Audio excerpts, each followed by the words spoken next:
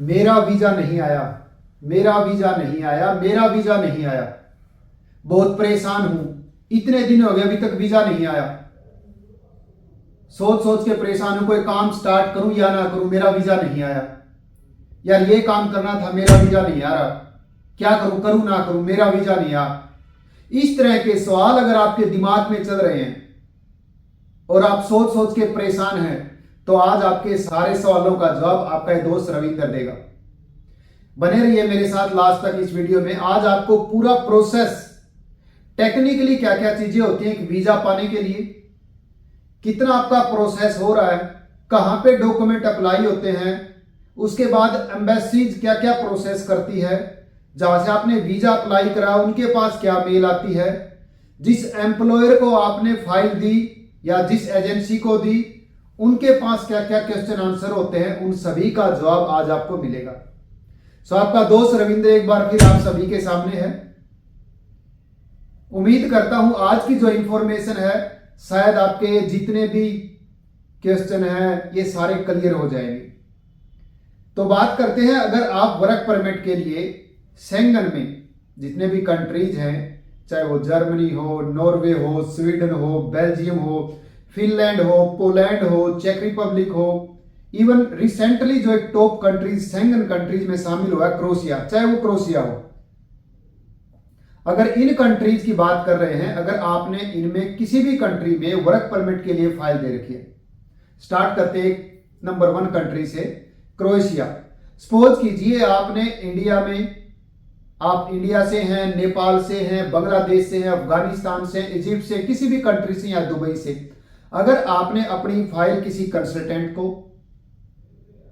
Authorise consultant को या man power licence holder like विदेश मंत्रालय, मिनिस्ट्री ऑफ एक्सटर्नल अफेयर से अप्रूव्ड किसी कंसल्टेंट को, या आपके किसी नॉन जो यूरोप में रह रहा है या किसी फ्रीलांसर को, किसी को भी आपने फाइल दे रखी है कि मेरा वर्क परमिट लगवा दो या मेरा वर्क परमिट निकलवा दो यूरोप से, आपने फाइल दे दी, उन्हें कहा ठीक है ये एप्लीकेशन फीस लगेगी, मैं आपका अप्लाई कर देता हूं, उन्होंने आपका वर्क परमिट अप्लाई कर दिया।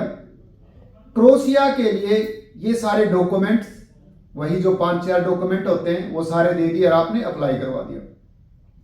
जब एम्प्लॉयर अप्लाई करता है तो क्रोएशिया का पुलिस डिपार्टमेंट है जो HZZ, उसमें एम्प्लॉयर एक लॉगिन आईडी से डॉक्यूमेंट अपलोड करता है 1 बाय 1।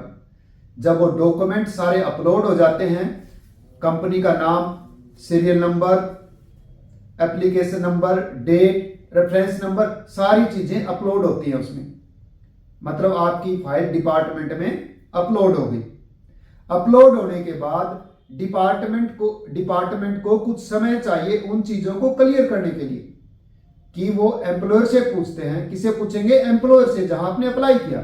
एम्प्लॉयर से जब वो क्वेश्चन आंसर करते हैं कि जी आप इनको कहां रखोगे, कितनी सैलरी दोगे, तो वो सारी चीजें चेक करते हैं। चेक करने के बाद इस टोटल प्रोसेस में 45 to 60 डेज का टाइम लगता है मिनिमम, और ये बिजनेस वर्किंग डेज होते हैं, इनमें आप सैटरडे संडे कभी भी काउंट मत करना।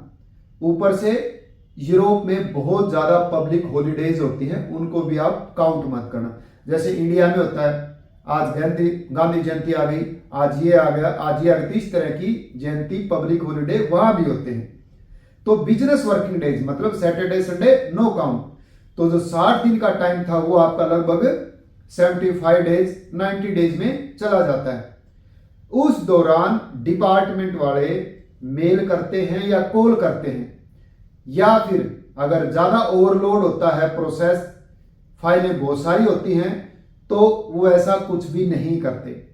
तब एम्प्लॉयर खुद जाके पूछता है, अगर एम्प्लॉयर सीरियस है तो, कि मुझे बुलाने हैं इंडिया से, या फिर जब आप अपने एजेंट को, कंसल्टेंट को, या जिसको आपने फाइल दी उसको पूछते मेरा वर्क परमिट क्यों नहीं आया, मेरा जॉब कॉन्ट्रैक्ट क्यों नहीं आया, तब वो आगे जिन्होंने उनको फाइल दे रखी होती है उसको वो कॉन्टैक्ट करते हैं। तब वो एम्प्लॉयर पुलिस डिपार्टमेंट में, वहां का जो कंसर्न डिपार्टमेंट होता है उसमें जाता है, पूछता है कि मैंने अप्लाई किया था, मेरे वर्क परमिट क्या रहे। तो तब वो उसको बताते हैं कि प्रोसेस में है या आप अपने कल ले जाना अगर वहां तैयार होते हैं तो उसको उठा के प्रिंट करके दे देते हैं वर्क परमिट। वर्क परमिट फिर जो एम्प्लॉयर होता है वो इंडिया में भेजता है सारे के सारे सॉफ्ट कॉपी पीडीएफ स्कैन करके, और जिन जिनको आपने फाइल दी थी वो लोग उस फाइल के ऊपर होमवर्क करते हैं, लाइक वीएफएस में अपॉइंटमेंट लेते हैं।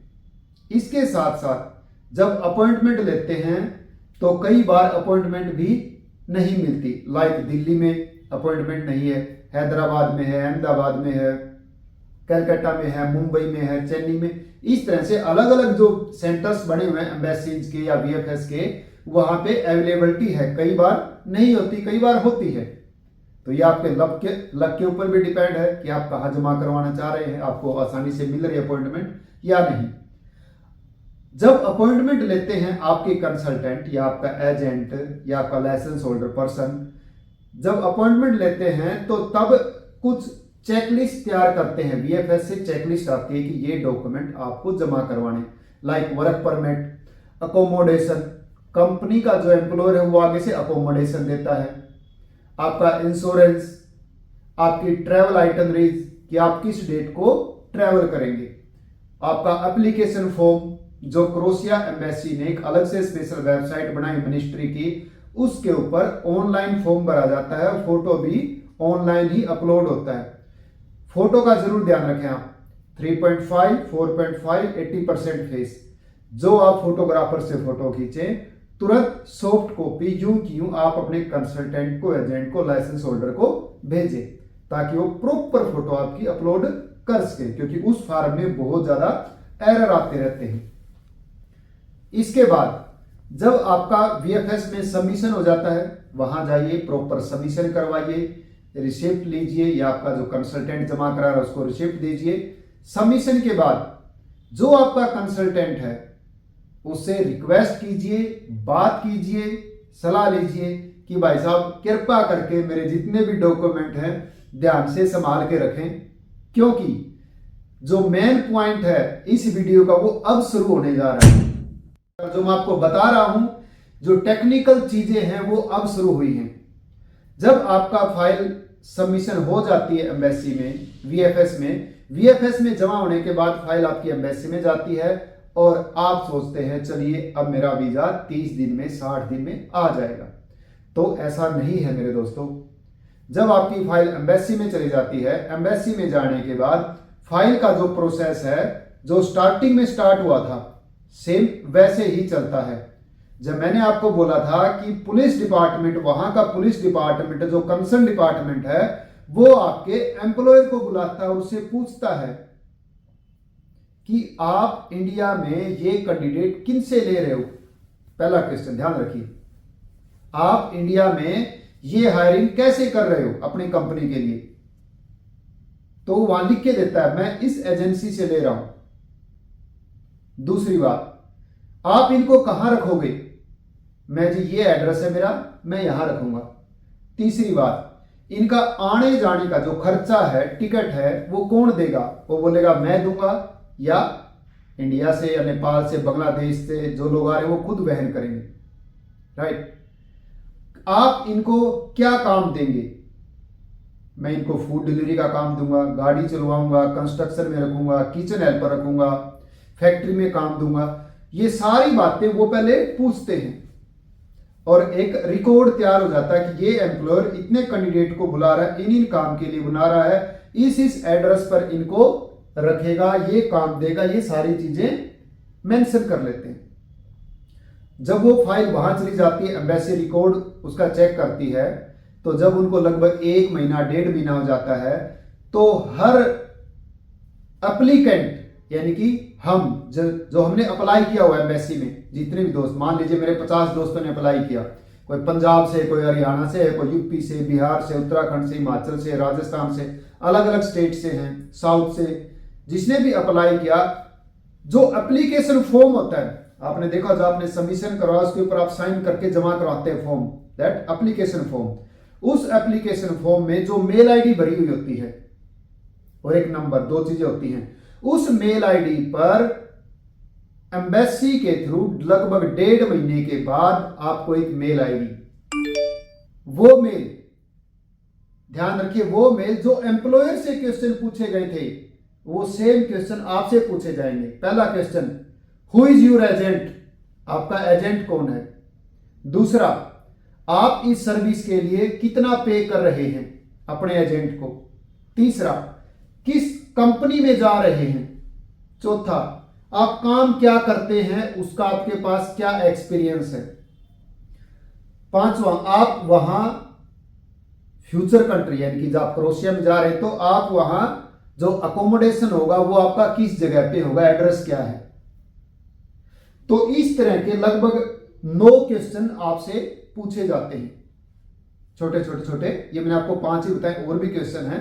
लगभग 9 क्वेश्चन आपसे पूछे जाते हैं और बहुत सारे लोग वो मेल आईडी डालकर भूल जाते हैं और उनका जवाब नहीं दे पाते। जब जवाब नहीं मिलता तो with in 10 days your visa rejected, refusal, right. दूसरी बात, अगर आपका कंसल्टेंट, आपका एजेंट, आपका दोस्त, आपका MEA holder, licence holder person अगर उस चीजों को रेगुलर मॉनिटर करता है, रेगुलर देखता है, तो तुरंत वो उनका जवाब देता है, क्योंकि आपके बस की बात नहीं, आप उनका जवाब दे दो, क्योंकि पता नहीं आपके दोस्त ने, आपके कंसल्टेंट ने, आपके दोस्त ने क्या बात कर रखी हो। और अगर आपके जो एम्प्लॉयर के, जब उसको पुलिस डिपार्टमेंट से बुलाया गया था, कॉल आया था कि आप इनको कहां रखोगे, यहाँ पे क्रोएशिया में क्या जगह दोगे, क्या काम दोगे, सेम क्वेश्चन पूछे। अगर वो क्वेश्चन आंसर और ये क्वेश्चन आंसर अगर आपस में मैच नहीं होते तो भी आपका वीजा रिजेक्ट। ये दोनों क्वेश्चन आंसर आपस में आपके एम्प्लॉयर के और आपके कंसल्टेंट के, अगर आपने खुद ने फाइल अप्लाई कर रखी तो आपके खुद के, ये सारे मैच होने चाहिए। मैच होते ही under 60 days, working 60 days, your visa definitely 100% approved. अगर न हो, meet me, I will consult you special, I will give you free consultancy about this. Every technical step that your visa will not be refusal and definitely you will get visa. तो ये एक information थी आज की। बहुत सारे वैकेंसियां Croatia में चल रही हैं, फूड डिलीवरी का काम, किचन हेल्पर का, कंस्ट्रक्शन का, बहुत सारे, और स्किल लोगों की डिमांड बढ़ रही है। बट जो मेरे दोस्त अप्लाई नहीं कर पाए मई महीने में, क्योंकि पहले क्या होता था, वैकेंसियां इतनी होती थी, 50 वैकेंसी आ गई, 100 वैकेंसी आ गई, 200 वैकेंसी आ गई, अप्लाई करने वाले इतने सारे होते थे। बट आज सिनेरियो चेंज हो चुका है। हालांकि शेंगन में ज्वाइन होने के बाद क्रोएशिया बहुत वर्ल्ड ग्रोइंग कंट्री बनने जा रहा है। शेंगन में एंट्री होते ही सबसे पहले क्रोएशिया का एयरपोर्ट को डेवलप किया जा रहा है, रेगुलर कंस्ट्रक्शन चल रही है, बड़े बड़े प्रोजेक्ट क्रोएशिया में आ गए हैं।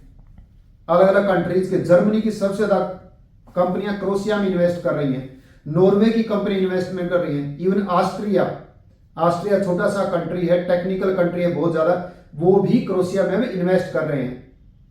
तो उनका जो वैकेंसीज का कोटा था अब डबल हो गया है। वैकेंसियां अब जो इंडिया में वैकेंसियां आती हैं, जैसे अभी 80 वैकेंसियां आई जर्नल हेल्पर की, मई में लगभग 60-70 वैकेंसियां थी हमारे पास स्किल कैटेगरी की, वो सारी भर गई। अभी जो वैकेंसियां आई 80 वैकेंसियां, आज की डेट में 80 वैकेंसी आई जर्नल हेल्पर की, विद इन 1 मंथ सारी भर जानी है। अगर आप भी जर्नल हेल्पर हैं, जनरल वर्कर हैं कि मैं कोई भी काम कर लूंगा, मुझे बस काम दिला दो, मैं कोई भी काम करने के लिए रेडी हूं, अगर आपकी जबान पर यह बात है तो जर्नल हेल्पर में आप अप्लाई कर सकते हो। एम्प्लॉयर जिसके बड़े बड़े प्रोजेक्ट होते हैं वो आपकी क्वालिटी के अनुसार आपको काम दे देते हैं। सो इस तरह की इंफॉर्मेशन के लिए आप चूके ना कभी भी, और बार बार अपडेट रहने के लिए आपके दोस्त के चैनल को सब्सक्राइब कीजिए। अच्छी लगे बातें इसको शेयर भी कीजिए ताकि किसी दोस्त का भला हो सके। और एक बात, कंफ्यूज मत होइए, अपनी प्रोफाइल लीजिए। कई बार होता है मैं फोन का जवाब न दे पाऊं। देखिए, हमें विदेश जाना है तो आप अगर इंडिया के किसी कोने में हैं तो लगभग 1 दिन में या 2 दिन में मेरे पास पहुंच सकते हैं। आइए बैठिए, बात कीजिए, सही लगे काम को शुरू कीजिए, राइट। अगर पॉसिबल नहीं है तो आप ऑनलाइन जूम मीटिंग कर सकते हैं। आजकल बहुत सारी सुविधाएं हैं, व्हाट्सएप कॉल कर सकते हैं।